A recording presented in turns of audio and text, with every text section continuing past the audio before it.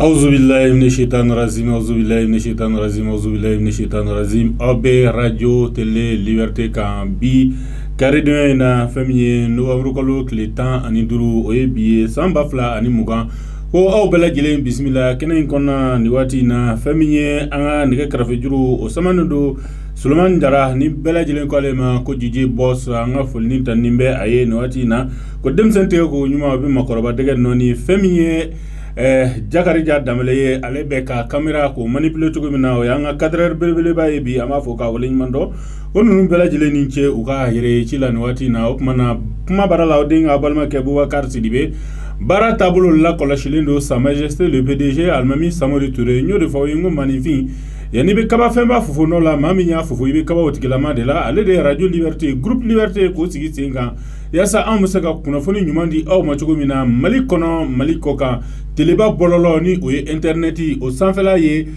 an musaka kuna foni nyumandi aw machugo mina ambe odi amba foka wole nyondo aka yere chike ko nyumana ni fena ale ka faso jo bara de ni roina o mana amba foka wole nyondo ale de kenen sigi singa yasa an musaka ekol ko kaseka akunguna nyenyen ko da autege ana domba ngano bisa ni ala ni kira sona ma ani belebele mbena nyonzoro o de Ablaye Dambele ale de folofolo école privée d'elle Mali kono o école privée o to ko école André Davers.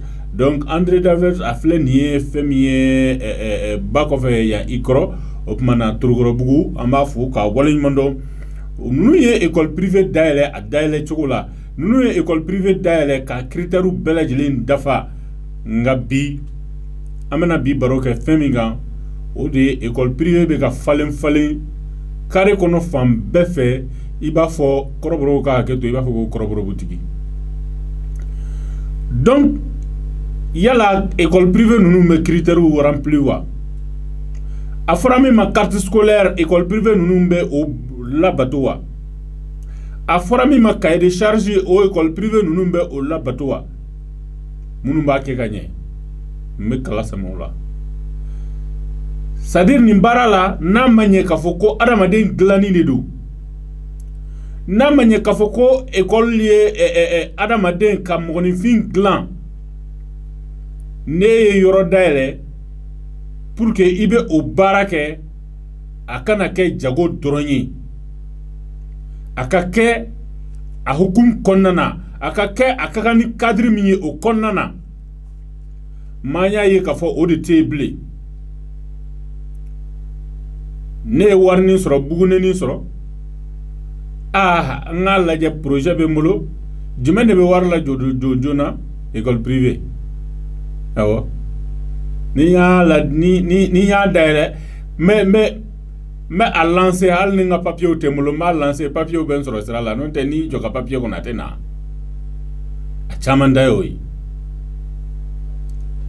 bi école privée mais c'est ka kapu kelenta te kapu torofo mais ni kapu kelenta bi école privée mimba kono ka jatimine na soro école privée binani do ou bien bidru do iba soro minga papier dafale mbabolo ate klanche bo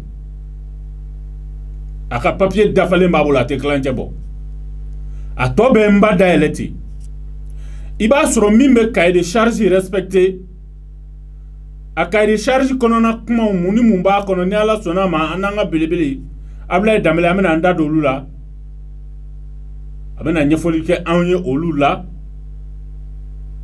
iba soro mimba respecté ate tambo biduru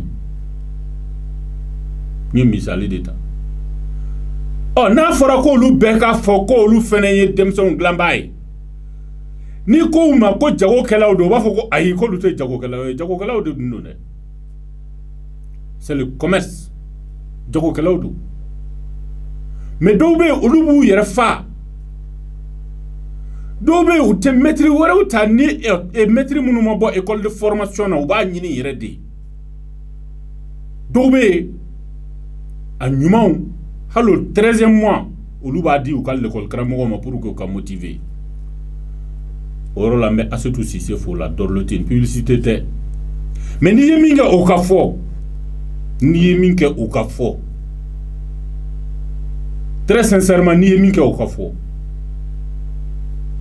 o kuma sɔɔni an bɛ min y'an ka belebele ye Ablaye Dembele école privée André Davers ale promoteur directeur do a bɛ caman dɔn école ko la Mali école ko la surtout école privée ko a bɛna ɲɛfɔli k'an ye école privée a bɛ dayɛlɛ cogo di yala sariyaw b'a la wa o sariya ninnu yala parce que an y'a ye pour que i ka pharmacie dayɛlɛ Mali kɔnɔ bi fo n'i kɛra dɔgɔtɔrɔ ye nka bi Mali kɔnɔ ayi maaw ka hakɛ to a bɛ minnu bolo ka hakɛ to n'importe qui peut ouvrir une école privée au Mali maa bɛɛ lajɛlen ni min ye radio baarakɛla ye ni musaka ni min bolo n bɛ wuli k'a dayɛlɛ k'a sɔrɔ n t'a ɲɛdɔn ale min ye commerçant ye n'a dɛsɛra école la ni musaka ni b'a bolo a bɛ wuli k'a dayɛlɛ a t'a ɲɛdɔn yɛrɛ a kun bɛ ta min a bɛ bila min a t'a ɲɛdɔn yɛrɛ a b'i k'a kan k'an ka jamana ɲɛmɔgɔw k'o lajɛ ministre min ye école ko ministre ye n'o ye Dulaye ye professeur Dulaye k'a ka nin yɔrɔ in lajɛ a k'a ko sɛgɛsɛgɛ ka ɲɛ Dulaye mais an ko a ma ko cɛkura ko monsieur le ministre ko bonsoir k'a fɔ Kinan Agadeda ye u bɛ k'an lamɛn nin waati in na wa jamukan ye waa filɛ an b'u fo k'u wale ɲuman dɔn télé liberté kan ani radio liberté bi ninnu bɛɛ lajɛlen de bɛ mun kɛ sa denmisɛnw bɛ bila a dɔw kɔnɔ i ko sɛkulukulu ni donna kɔnɔ hali tabuluban 4 sigiyɔrɔ t'a ɲuman kɔnɔ o ɲuman t'a dɔw kɔnɔ ni donna kɔnɔ n'i ye tabuluban 5 sigi mɛtiri tɛ munumunu yɔrɔ sɔrɔ mɛtiri bɛ jɔ de tableau a tɛ se ka taa fɔn na ka segin ayi mɛtiri mana don dɔrɔn a b'i jɔ yen explication bɛ di a bɛ bɔ a banna k'a ka fɔ olu fana ma ko école privée sɛkulukulu a ma nɔgɔn dɛ ni joli a tɛ suma nɛn kan ni kojugu ma ban kɛli ma a tɛ ban fɔli ma n'a ma ɲɛ k'i bɛ fɛ k'a dayɛlɛ i k'i jija a ka kɛ texte kɔnɔna na i bɛ sariya minnu cahier de charge ninnu i k'olu respecter jamana kelen de don denmisɛnnin dɔ ma fisa ni denmisɛnnin dɔ ye o nka nin tɛ o promoteur nɔ ye dɛ ne bɛ se k'a fɔ n ko nin ye an densɔnw nɔ de ye mun kama parce que anw bɛ taa lajɛ dɔrɔn k'a fɔ ko école privée don a da ka nɔgɔn an bɛ denmisɛnninw don yen a kɔnɔna min b'a kɔnɔ an t'o ɲini ka ɲɛdɔn yɛrɛ sigiyɔrɔ b'a kɔnɔ wa a dɔw a ɲɛgɛn tɛ se ka filɛ abada lezi dɔw ɲɛgɛn t'a dɔw yɛrɛ bolo u bɛ ekɔlidenw cɛ ka kɛ ɲɔgɔn kan i bɛ taa sɔrɔ ɲɛgɛn kurunin kelen vraiment n'a ma ɲɛ k'i bɛ école privée dayɛlɛ a ka kɛ école privée yɛrɛ yɛrɛ ye a ka kɛ min bɛ norme respecter an bɛna Ablaye Dembele ni ala ni kira sɔnna a ma an b'a sɔrɔ sɔɔni a k'a ka ɲɛfɔli kɛ an ye an ka sɔrɔ ka tɛmɛ ni babu tɔ ye ko ani an ka belebele bɛ ɲɔgɔn fɛ nin waati in na monsieur Ablaye Dembele i n'u la somɔgɔw bɛ di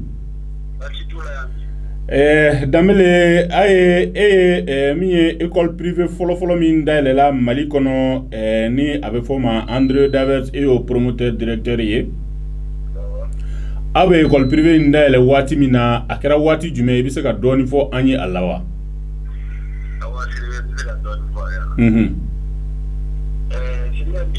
a diyara n ye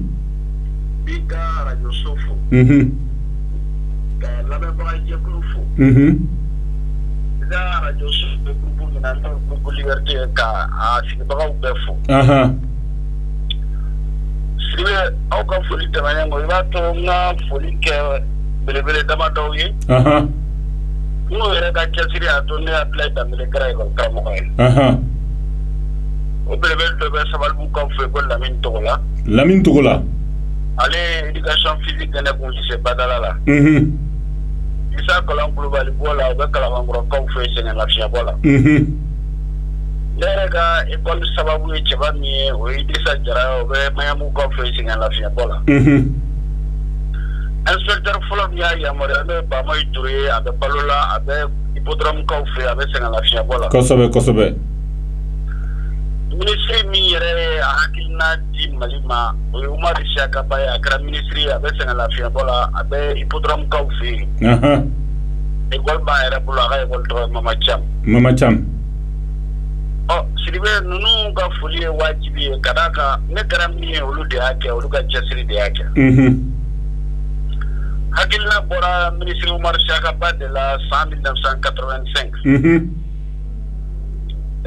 Malini Banque mondiale ni Fonds monétaire ga bulu do nyoma kono o kololo sera anga de badia sabatili sabatili ni tra sira chamama kalango takarala ayato karamo bete tatuni bala ka ke mali barakala kalango sira tigaka o galea o ni blala bara min kuna ni galea na kwala e ga wati kona e bi khatiri jaga bosi zam ni jaga galea mprosoro chugoji kosowe Umar Shaka ba ada balola ri jaga sama me munu vola sere akuma udu ale nana adi jarabo kadaka anga jargon bona be formunu mako enseignant sakado nawo ale o do ay inspecteur ya ke sanga u kamarala ay ni yeto wu de bolo no munu na be foluma per plan anale ka be ni mali bolo dunia justement kola do nana e ka fo wadi asro anga taux de scolarisation de 26%. akuma dogo ko jugu école karabon bolé na tibi na jiri kro mangro sumala ale ministre ako ne akina mi sanga fe mota kana na plan national la ka la je na bi ka ke froye ne ka wati bena kale mi mano de ga fo école karabon kala no bolé no ti barasoro ni école de jama école de munu mi da dabo si ko do kala na ni asi keman ko école bi se ka mugani woro tron de bismillah ale ga dilna de nana ni o ka foko école de base école du village école du quartier ne a folo si quartier mal la kaw fe quartier mal ma o kulo na 1985 ado ayem logol de mam wande anya damna no de anga mer prosi be ga karela ka gunere ga école kram go kroba do ka sula no madam dunia tapitay ono ba do kulo na ba ka soro do o anana onu franyonga kana nya for ye ba mo tira ku ya maria kono ka fo unana ni ya kilnai ko bi nun chara primera ne mamanu franyonga ame demzen do ta mi mbora école kram go kalanzola o bena ukipo la ngame sisa abe yini au sumo fe au ka joni musakani ndo boli siriba ya damne kema fla kalandin kale karchuma la ka fu pulo bena siriba école de base folo sigira o chugo de la ni école privée na chaya ra kabo hakilna di kono andana ke ni bi alera nana wati minna tabna ke sababu moy ta ke froy bi alera kelendo amje ka fa alera kelendo problème e ko konnala alera keme bana e bi ale kera bana wore adama bana wore kono kada a chaya ka kili kada ke ko duya ka fla kada ka be ke sosu be kono avec masu be ka ya maria kono kadaka sebe mimbi iya mare ka da na fo ma agreement no autorisation d'ouverture de création d'ouverture a jera da di masu bema munu ni kalango te srala munu ni kalango be srala jugo mayala sigiro mayala di ban na fo ka fo musaka bi srala di ban na fo ka fo war be srala sibe masu be bala nebe ko do tugo do commerçant do be ti fere de dividende na mais mi on va à vérifier mais Gonye dwa sugar ka fo po ma sugar ka fo ko an sugar. Kosobe. Sibe aje juna aje yoro na aje swabu te che muso te an yere ka militaire so de do. Ministre so. Ministère de l'éducation kana ka sibe. Sibe membi ya maria ga hage do folento kono ko fiko de ya patoa. No e ka recharger. So bola. So si cho bola. So jo bola. Ni bora sola munu mena ka karamgo e olu bola ujugo bola ka famia bola ka diplôme ko bola siribe ni yo tabi era ka maso sileme kimina sinien genen e bodo ida maso ko ida ta munu kina ida do sikko la je ko so munu ko condition munu na mamunu meta kalanti karamgo tola o kalan wa tension ma iku jugo la je privé na franga tient école privé grade ma problème est folo éducation est un problème on oui na franga fani ala jela de ni charge si respecter les thèmes mais donne me papier dit on ira da nyama so mo de ba papier dit wa o le ra fananta ni e wali sigi kena sarala ita so bizo o le ra paragala o do dai o fla de bala to min donne no ni to min doleno fana ko dire ba ko ka contrôle keke ouais bon donc bi o kalanso u ka kimeli ko kelen do problème parce que kimeli be damna avec soira min folo de est-ce que o so taria mon folo no so hakela a yelengola a fiengola est-ce que olu batoleno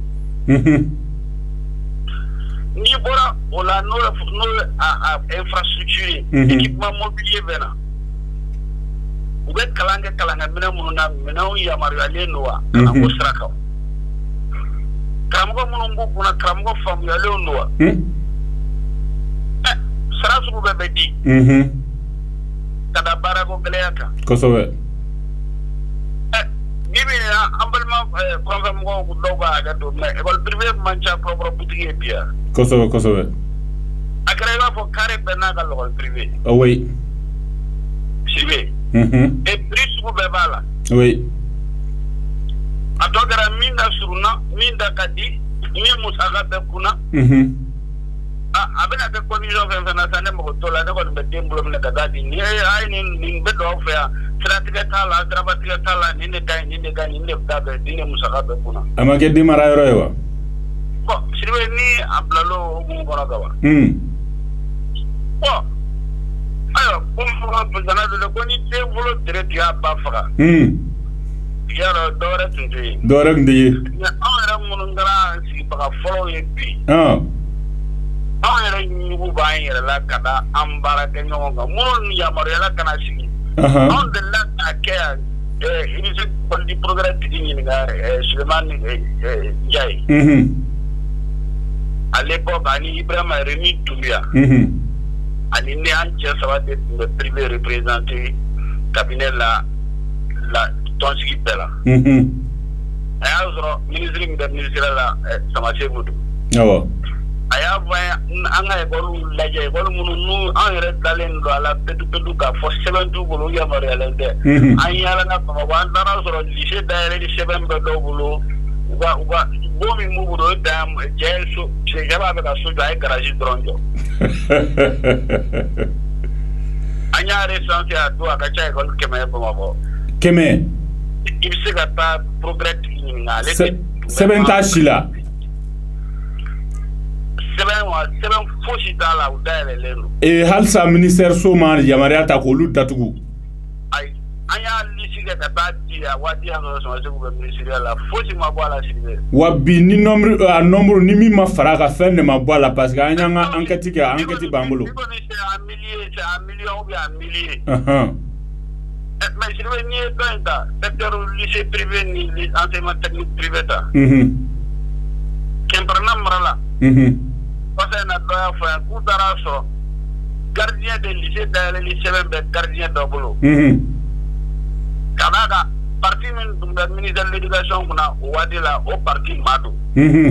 au ministre autorisation ga katama atara karta butika ya ine kebe ningejo e kona le maga koni de mingala na ko ba ka bara mo ya fo enyina atiga e golbe temperna marala kawo nyere ga kram ko krodo muta trawre ikol amet baba jigroni para la otigido isega kaire nyina mala kuna le masega ke dem mana kala wake sebembe kaba femi ngara kaba jola femi ngo jola depuis wati fo 600 oui anya keleke Ibrahima Rémi Dumé c'est dit ayopam secrétaire général Toulo association des écoles agréées du Mali avec ces majeurs scolaires de Katama progrès puis association des écoles supérieures promoteurs notre association des écoles de base privées après Mali secrétaire général ça va être le privé représenté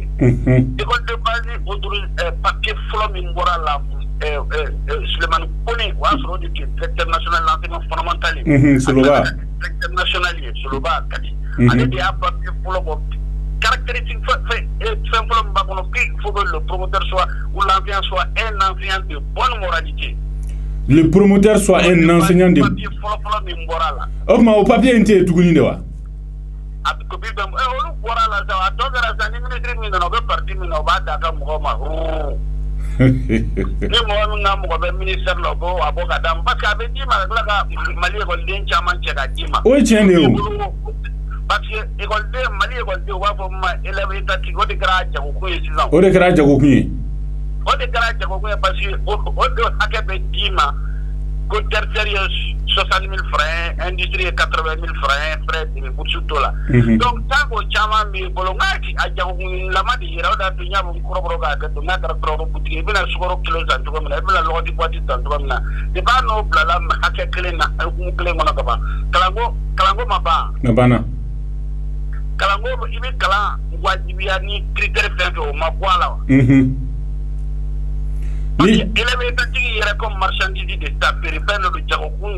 Oui, ni a jatimine fondamental niveau fenena école examen manake par exemple des fous résultats bolé fleni ni a jatimine les fortes moyennes munu ma passé na sur 16 be dogolo nu ma passé be ta sur olu be boni école privée na sugu de l'école privée bana nunu bana exemple kalendima école sobe kalabangoro kawfe tenati to fingana ale jaw gala ni kimali garana ko ma composition ni doy anata ga bosula anga demjanu nyina ni kala na baraka de odu je ja ba kala so ko de na metro ina ay duru frappe taka ne de afiena foray ay kuru duru frappe taka ko ga duru frappe da beda notika ko ba godu nyere pa tito kuru imbe soro to ko mina ale so don ale ka sabula ale commerce ay subala ale be ale ka ko be gol privé ko la o ya ale ka boutique do ya ale mais sirbe mbe min ban fiyena illa ma ba je kulu ka famu ta fo a tiero be pour ministère de l'éducation et oui parce que agrément jon ba tie ka ji ni lycée ta inspection générale bina lajé CPD bina lajé inspection bina lajé olu bisimila kan o donnen no au secteur mɔgɔw fɛ lycée Tɛnɛbolo mais olu inspection mɔgɔw bisimila ni min ye o bɛɛ donnen tɛ olu fɛ yan kosɛbɛ n'i b'a fɛ i ka lɔgɔliden sɔrɔ i b'olu kunbɛ cogo min na o donnen tɛ yan olu de b'a sɛbɛn ka fɔ rapport la wa i ka yɔrɔ ka ɲi a lɔgɔlidenw bɛ se ka taa ko c'est parfait o san o defu mana kɛ sisan u tɛna fantandenw cɛ ka d'olu ma hali n'a sɔrɔ tableau kelen de ye u b'a fɔ ko non ko tout est tableau ni so tɛ dɔw bolo dɔw bɛ yaala n'u ka agrément mais bɛ taa sɔrɔ lɔgɔliden tigɛra ka d'u ma papier la olu bɛ tila ka t'o feere mɔgɔ wɛrɛw ma kabako don a bɛ kɛ ten de o ne bolo ni ne bɛ secteur kɔnɔ dɔw bɛ école privé yɛrɛ kɛlen don a dama kungo de ye bi école ko kɔnɔna la a kɛn bɛ cancer ye Mali école ko sen na fo k'a fana furakɛ de vraiment fo k'a furakɛ de sigi wa furaka joli tɛ suma nɛn kan dɛ donc ne bolo fɛn Danbɛlɛ e yɛrɛ bolo a bɛ sumaya cogo di nin bɛ furakɛ cogo di nin bɛ furakɛ fɔlɔ min na moratoire kan ka kɛ ka papier dili jɔ ka k'a daminɛ à compter de l'année scolaire n'a pas papier chic na signé ka di ko ka l'école créer ni yɔrɔ la. Demander à la CPS qui a parlé de dossier de dresser la carte scolaire. Avocat ou ta la jɛgɛ pour que avocat de yamaruya carré bɛɛ kɔnɔ. Oui, maître ou dun ni ɲini dɛ nka olu u ka syndicat olu ma tila k'a don ba la de. Bon, donc il faut arrêter de ta autorisation quoi dit. Élection quota la cercle quota la k'a jɔ fɔlɔ. Transition in kan k'a jɔ de. Oui. N'a jɔra. Mettre une confier à un cabinet privé d'évaluation. Lui donner des critères d'évaluation. Parfois, avec le secteur privé de l'éducation, on a évalué Canada. Il fait 20 € critères dans la ngolu boala. Abega datu. Mais il va se garer de le avec cardio. Kosobe. Peut-être mal croire peut-être il a ma forme mais la funda no polo taraminga o tigi la jage ba be yugo kasi ko fede o. Ni kolo kon tugo jogo manya be kare ka sega khande. Donc voilà. Ouais. Donc il faut que transition qui do fana gagnina autorisation kana ji. Orientation mais na bosi ça. Critère kaka dilla. Mission do ka wuli ça express. Pour que école de pourquoi 2020 nous avons une bonne répartition. Critères de répartition quoi kala. L'école privée nous n'a kaka lolu mo lu ga ou ka 10e. D'accord. Fla. No bona ici ça. Mission manana a rapport chaman be. Awa chaman ba de be. Sirbe be se ka ndoyo. Ere ka kina ere se ka ta dona je ka do in ala chema ni kala so ya manga. Vraiment. Après on a fait voilà là. Donc il faut que ta job flana pour une évaluation d'ensemble au cabinet privé doma. Nous rapport pour nous na makan olu beka diala à partir de 2021. Voilà. Et ne bolo oui. Et wele juin bla Doulaye ma 600.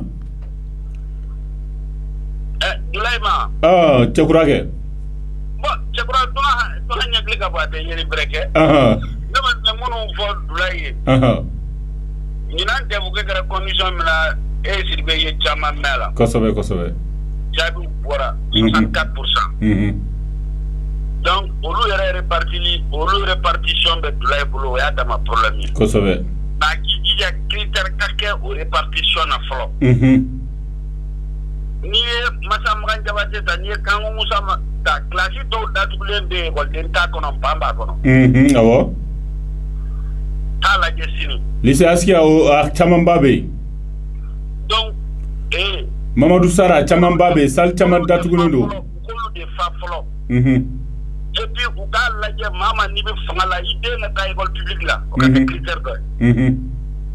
Il est fonctionnaire pas idée na ta publique là, il est député idée na ta publique là, il est ministre idée na ta publique là. Il est conseiller technique idée na ta publique là. No garantie ça.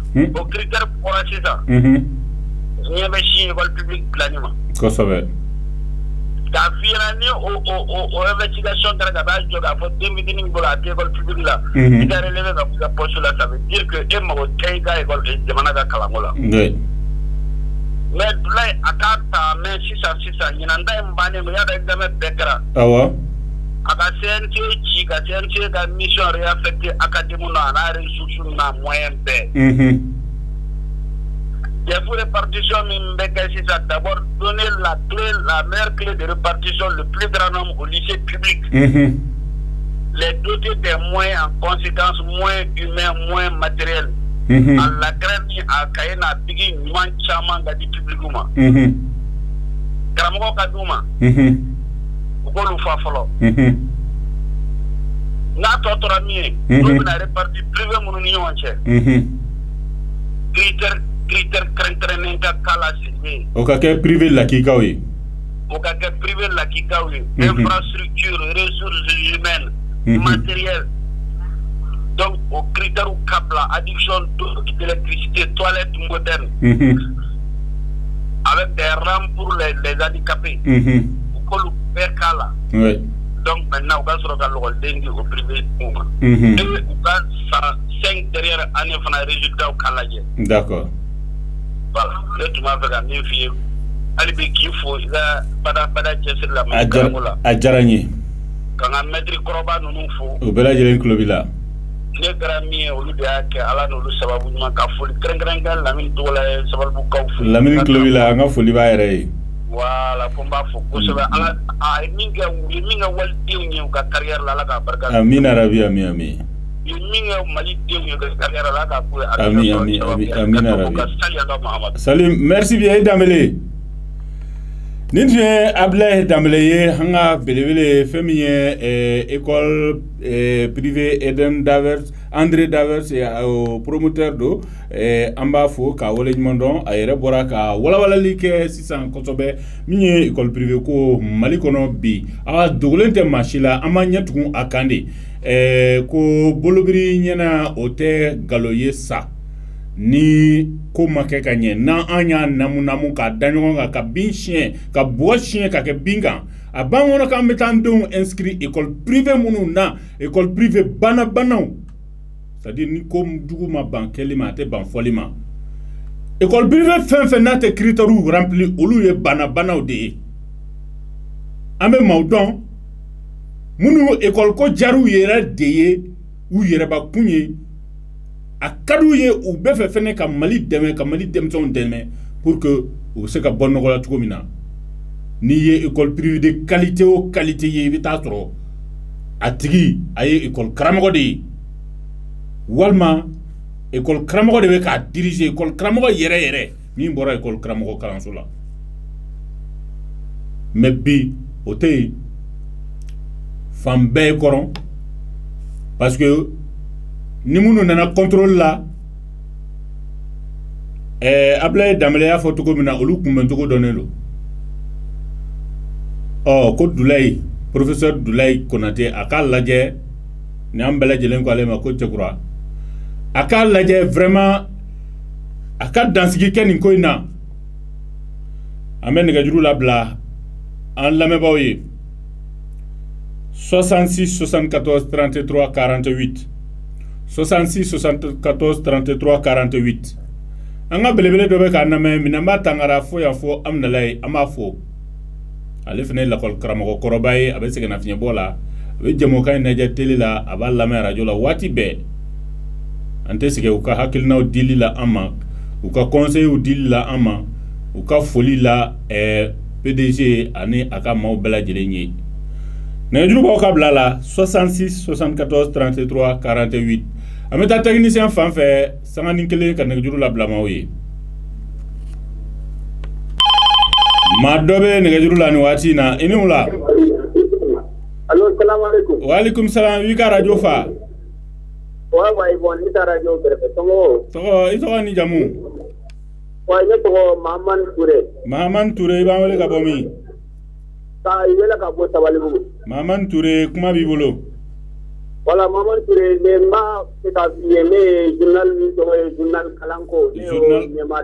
Kalanko Nyemado voilà donc peut-être je bora ka kuma inde wala awa vraiment ay fo ay chien de fo e politique ko ni a chien ko ni mbado ambe bado mbado adela ni amina sans ayre kangam bide ko ye ci doro de ba c'est-à-dire autre combat inati c'est comme développement combat de c'est à long terme c'est-à-dire sendo de do au kana u salaya ni ala sona na ya fewo ango dinote sinon ay sincèrement fora wala école koko ni vraiment en toute sincérité école privée nous en tout cas pour des écoles privées sanitaires là il faut critère il faut pana abo école privée nous na par exemple c'est-à-dire que trop école à Sisio à espace scolaire à classe à espace dans les classes tout c'est-à-dire au bon juste quoi Mais à l'école, nous faisons témoigner parce que je suis un agent de terrain, c'est témoigner au direct pour l'école, nous l'école qui tu vas sur le mot de nos enseignants de formation. Et la majorité aussi, c'est des vieux en retraite dans l'éducation très générée. Voilà, donc, on est les côtés dans le quoi. D'accord. Mais à d'autres, vous avez eu beaucoup de fois, à d'autres, on a des nouveaux babous de Konoba. À Chamamba de Boula.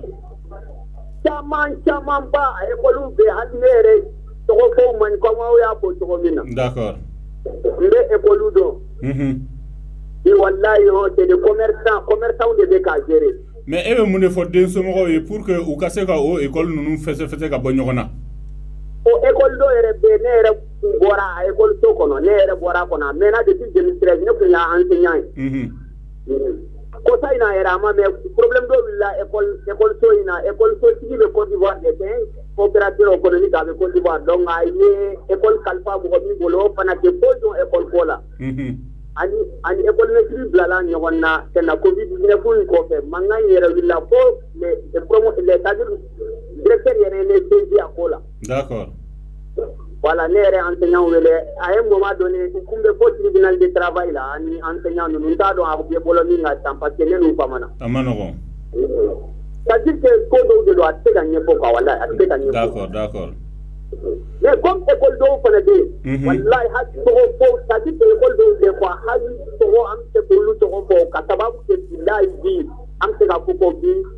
c'est-à-dire que les critères qu'on a quoi. Mais à l'école c'est déjà à donc pour là où c'est des sortes de comment dire ainsi parce que tout école créée parce que moi mais ni tara ko wallahi ni tara école to nous na c'est tellement que on le sait c'est pas des gens en nous se baraque point mais en mis en de ko pas. D'accord. Voilà, sinon à Kololo bere à Kololo be école to chamana bi. Donc ni école so kera ni toko la yala dégâts se ka ke jumɛn de ere bolo dans l'avenir. Ah? Ngo tiɲɛni bɛ se ka kɛ jumɛn de ere bolo dans l'avenir. Ah, ni école kon kera ni toko la ko ngoni be ka demselu afficher dron. Ah, ameka. Ameka an yɛrɛ nɛgɛ o tɛ wa? An bɛ kan yɛrɛ nɛgɛ parce que sen dɔw de bɛ quoi, sen dɔw de bɛ mais jeune to an bɛ na lajɛ o. D'accord. An bɛ na lajɛ parce que orientation tɛ na kɛ sisan. Awɔ. I bɛ na ye quoi, moi je connais des écoles personnellement à force professeur qui est malien. D'accord. U bɛ yan cɛ olu tɛ mɔgɔ tɛ foyi la, u mɔgɔ bɛ résultat, ils ne sont qu'alignés de 100%. D'accord, merci beaucoup Maman.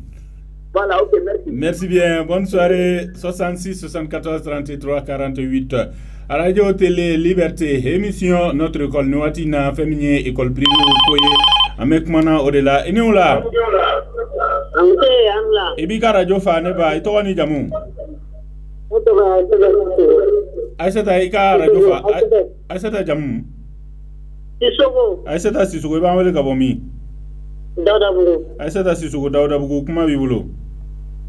Korfon be mulu sa ni na afo manya yara de kunya da la kalamoy na sa kalamoy ni nyere di madere a privé o a local soere o memiji a bere ka kabi a begere endere koy endere do ne maltu ko fa kalamola sa ba amunu ma kala soro mona ba na amfe ko mo ka kala soro ne ko mo ta kalamo ga keni dumin ke yore amano ko amano ne wala manoko aya la gere de vraiment ma ga fa mo ka jeti minere de hal metru mana yi classe ko metru do te kala era nya do bli d'accord bel classe ko na kala ban tian diona indi la tu ne si dem tanuma be dem tanuma dem metru la de d'accord e ma sabe si so no ka de kala wa so dere do ma te kala so la wa metru tu konduli d'accord ko bi ngam bolo dibilay d'accord anya be se ka ko wa merci beaucoup na ma ka gele ala ka demange amina isi sugo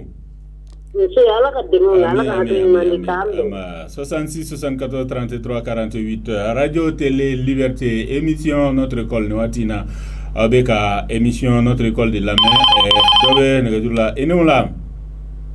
Assalamu alaikum. Wa alaikum salam talla barka kayfa. Ban bakite. Ere to ani jamu. Kata-katan siribe do ka ko murba bu. Kata-katan siribe murba bu kawbedi. Baasi foyi t'an na. Kuma b'i bolo. Ni fo. A diyara n ye. I ka technicien fo. U bɛɛ lajɛlen tulo b'i la. Ka lamɛnbaa bɛɛ lajɛlen fo. Amina u bɛɛ y'a mɛn. An bɛ dugawu kɛ Ala ka Mali Ala ka ko basigi. A bɛɛ lajɛlen ami. Ala ka jamana in Ala ka a bɔ a jugu bolo. Amina. An ta ye foli ye bi ni Ala sɔnna. A diyara an ye kojugu. Katakatani Sidibe e den bɛ privé la wa a bɛ public la? Ne bɛ public la. I den bɛ public la d'accord. Parce que an ta bɛ Kucala an ta bɛ denw bɛ Kucala. Ok d'accord an ka foli b'i ye i Sidibe. Voilà merci beaucoup. Merci bien. 66 74 33 48 Radio Télé Liberté émission Notre École. Dɔ bɛ nɛgɛjuru la i n'o la. Allo. Somɔgɔw bɛ di? Ça va bien. I tɔgɔ ni jamu? Gano Escaf Bakari Diallo ka bɔ min? O Gano ne c'est Gano Escaf. Siège AIPAM. Oh, tu te rappelles de la siège AIPAM là? Oui, AIPAM, oui. Tu te rappelles de Gano? Oui, Gano. C'est Gano. Oh là là, Gano, ça va la famille? Bakari Diallo on est la contribution de dos. Ok, oui. C'est aussi régulièrement. Mais est-ce que tu peux il m'a dit que c'est AIPAM na siège là, toi tu connais très bien là-bas. D'accord, il n'y a pas de problème. Maintenant, c'est au final là, Sonama. Il veut qu'à faire une médecin bien. Médecin fait Nala Sonama, Gano. C'était bonsoir. D'accord, et puis vous pouvez nous dire des mots au moins?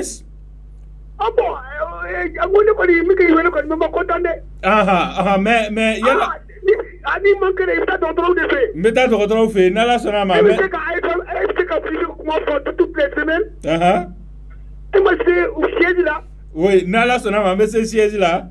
On vient de parler de Rémi tout de suite là, je suis Rémi, le fondateur des écoles privées. Bon, donne fois rien là, donne fera attaquant. Rémi Lou.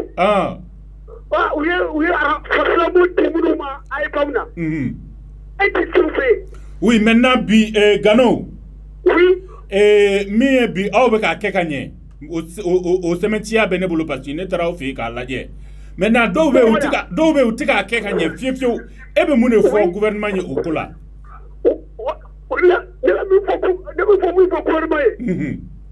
Ça veut dire que vous paraît que Malilaya. Vraiment, Vraiment, Barakela, tu es récompensé quoi. Qui veut le changement? Tout le monde lève ses doigts. Oui. Mais du coup, qui veut changer? On a été les démocrates. Il était mon ressort. On fait le changement, mais personne ne veut changer. C'est vrai. Il y a fouillé quoi, agrément, mais tu es et il m'a dit, oui, c'est vrai. Agrément, mais tu oui. Tu crois que tu vas quoi? D'accord, Nala Sona, mais ça, on m'a semé, Nala Nigrasona. Inch'Allah. Inch'Allah. Encore frère, mi en bas fouillé. Gano, on a folie. Merci beaucoup, Diallo. Merci bien, merci, Sidibé. 66 74 33 48 Radio Télé Liberté. Bouakar Sidibé do. Allô? Allô, c'est toi Ibrahima Daou. Ibrahima Daou, et ben vous le gabomi? Gabo Fadjigila. Ibrahima Daou Fadjigila, comment vivez-vous? Bismillah, Jaranye. Wallahi, ni demunemba école privée ko la tourne bi ala drone bado. Ko tellement que ni demunemba mbala ka fonga soutma près. Ni école privée ni kalambane Mali kono. Ni Mali kalambane. Ni Mali kalambane parce que école privée on y a eu en 62 à folo Jawara. Aya bele Kenyamu to so krefe. Kenyamu to so krefe.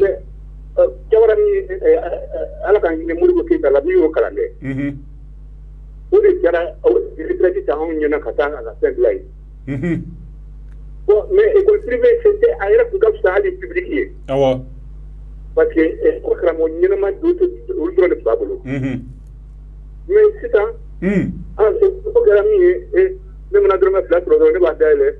Ne dogoni bien ne sumo ko mbora ne viamu ni fen na def ngolu ta ko lu ke dogon me tuwi mais est que kala me ki nyato ko dula nya mani kala tula u mata ipegla u mata yorosi vraiment ne kɔni b'aw fo vraiment ka ni débat diyara ne ye. A diyara n ye kojugu. a y'a fɔ ministre ye dɛ. n'Ala sɔnna a tulo b'i la. a kana tamatiya. a tulo b'i la waati in na.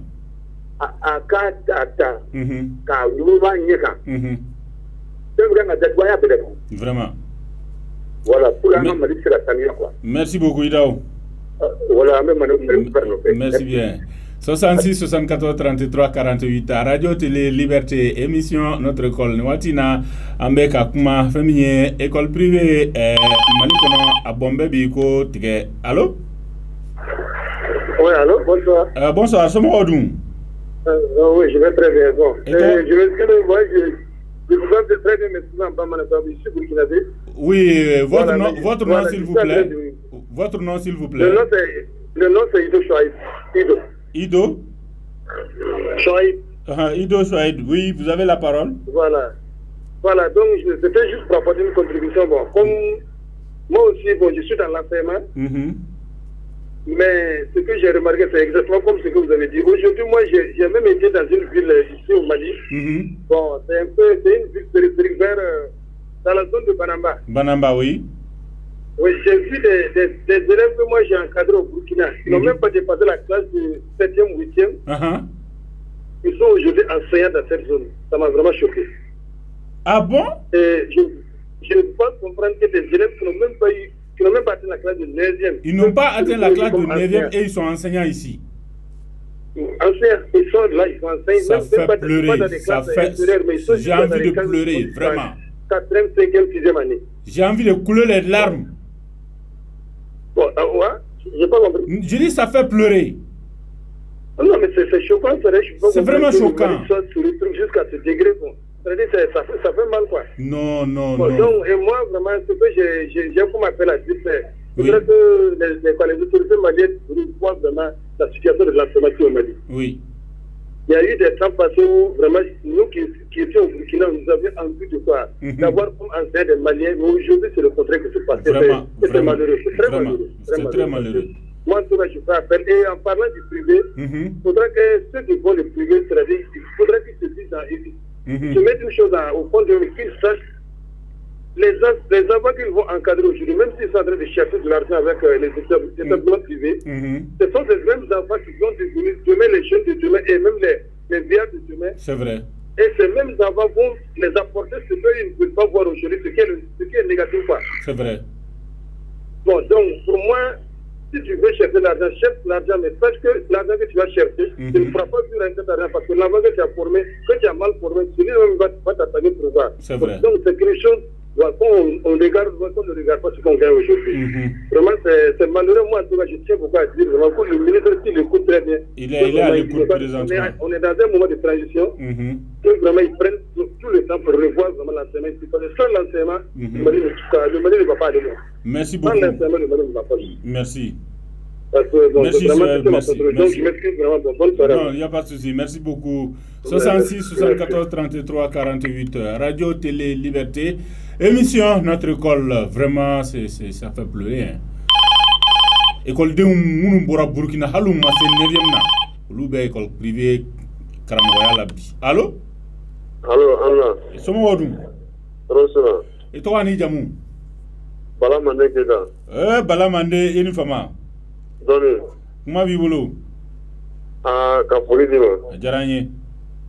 Ka afoko ko do be were ndabali ba. Mune kalanda mine muro klela. Awo. Muro kita kumbe olu don kalana ka opera bo ku loger ko nuri. Anga statisticien mbeo. Ole ganga jate mine to de natalité do to de mortalité do muma to ko jama ta olu bulu ma fo ko so be jama ta ko so ma olu bulu. Ay ma bara le ko. Asambi so anu koko la asambi nan koko la koko no ko pele tango ni kile we bara ire amano ame dingo nyamo atena worom na depuis a jama na ta cha olu bulu ni jama cha olu bulu si jan ko a kuro yo kile mbara do amano ka foko faso be sire faso be sire mais volonté de oula. D'accord. Na volonté oula o be se o. D'accord.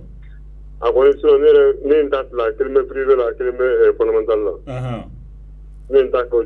mais ita e min bla privé la be privé mina ya nyeni nga nyedo privé yala école karamo la kiko ba kono nyonyi ni ko nyedo olu halini ide manna dongele weta asega kumuna mana yeri ba do parandele ba do kumuna mata o tibla kata sina mais l'école privée yala obora l'école maîtrise formé rolawa abo tiens la ma woro ni nyeni ko nyalo mais promotion donc mais o bona école formation OK d'accord abolu nyini na we deundo école privée la wala je école privée mununa école karamo école karamo la kika werei tie bora ga mi force sa so ibu bora ga mi force sa demten do bora yuta soro ma do bora Burkina Côte d'Ivoire 8e niveau là on na obe école karamo la donc école nyebala ko o gon te koye effectivement ñu kayre doy ne o ka doy donc on doit sentir que en troisième année en comptabilité à mettre là au cours dispensaire au kay voilà bon maintenant il faut louber ma ko école karamo encore enseignant niveau de la classe on enseigne le kata donc le tâche voilà donc il faut école privée ko fenenga la ja on de so mo fait merci beaucoup voilà merci bien nga foli bié merci bien ba 66 74 33 48 faut en de so mo fenenga la je ameta deundo yoro mina nga sege metri mu be kalanke a bete école karamo yi kuy na kerate wallahi do te école den flasro allo oui ino la wala nda ito ani jamu wala Alassane Doumbia de denga fleni so mo ko dum ay so wala alhamdulillah aba kuma bi bolo awre belebele wi bon na kiri na yeminye akaibisho ena nere kwa ni kuma dana ne mane ba ko privé chayali de nana ni enseignement niveau bini quoi yoro parce que compétition de nduni voilà parce que en fait déjà jobora ka poster no comme munumbe no kuma ko kramaya formation ke pour marcher aller niveau 9e ma ko du kata mo ko former ero ko vraiment akagela we fendo de getine. Voilà, donc moi, à mon avis, c'est des canca qui est la campagne républicaine pour le lager. Ni vraiment niveau théorie maintenant vraiment à pour la savoir. D'accord. Voilà, comment on va faire mon gars Kadala sa ka datum. Ka voilà ka ko bampeu. D'accord. Vraiment ni mun be se katara kala je ku be se kata ko public ko kan. Olu se ka sanga wal public ma olu da ne beto vraiment là ou den sunu be kala nyuma ke o formation ni maso d'accord non de bibi na ko de wala idea do wole kana ka question élémentaire do poser ou kuna ou niveau do la non i bora ka kuma da ko ça factory vraiment voilà l'émission est vraiment na jarane vraiment na be ça tout ka continuer inchallah c'est que gouvernement mo rebe se flou de ka daninga merci beaucoup. Voilà, Olivier. OK. Merci. Nous sommes Alassane Doumbia qui a fait école B à école de Koro Beladjili Wati Sera à même à Lavanta. Allô? Allô, ça va? Et nous là? Wa, c'est moi Veri. Et toi ni jamu? Toi Lasina Koulibaly. Lasina Koulibaly kawomi? Le sogongo. Lasina Koulibaly sogongo kuma bibulo? Ne va faire un don depuis ni kala sisa. A résultat. Ou gagne pour mo yana. Parce que donc numéro bi no o yele no numéro fa refé. Donc numéro yele no fa. Donc numéro yele no fa refé. Voilà. Aya amekla ko nyi ni note amabo ka kala ma. Numéro be fa refé, numéro be play par o ti va passer mais numéro ba banga o numéro passer na ni ba passer. OK amekla ko nyi ni comme nga donc maso ma folo mais amekla ko nyi ni ala sona. Voilà vraiment on va la refé parce que même pas la apna ke tak fena donc bana ko nyi. Ama ne ala sona ma amba nyi ni. Merci. Merci beaucoup, merci. Voilà, merci. Amba. Ka femi ka fulni tanige an lameba o belajele ma o mai weleli ka me fulni taniga belajele nye krengrena l'école den koro munu be école B o école den koro Alassane Doumbia n'a ka maaw bɛɛ lajɛlen ko foli b'u ye. M'u fo mun na n'i ye min kɛ o ka fɔ olu de bɛ ka gouvernement yɛrɛ jɔyɔrɔ fa bi ni école privée ninnu ni école publique la n'o ye école B ye. Vraiment n'u y'a ye fɛn fɛn tiɲɛnen don u b'u disi don a kɔrɔ u b'a ɲɛnabɔ cogo cogo u b'a ɲɛnabɔ ten. N'o tɛ gouvernement ɲinɛ bɛ école publique kɔ dɛ.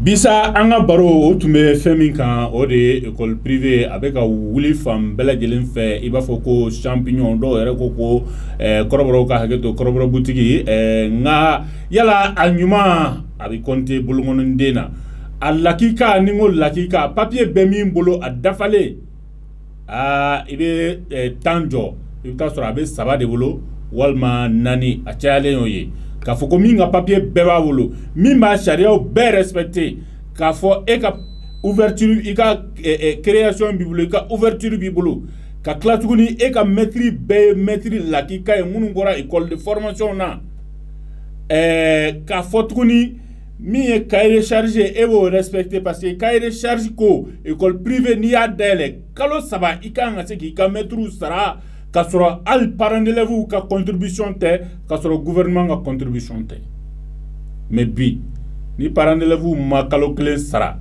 hey o bɛ ɲɛwuli ka jɔ i la papier nin bɛ taa cogo min na a bɛ taa ten n'i ma sara i den bɛ gɛn hali o yɛrɛ bɛ composition wagati kɔnɔ ka den gɛn alors que lakɔli karamɔgɔ minnu bɛ yen lakɔli karamɔgɔ lakika tɛ e bɛ fɛ a kana fɔ e ma ko e ye wari ɲinina de ye.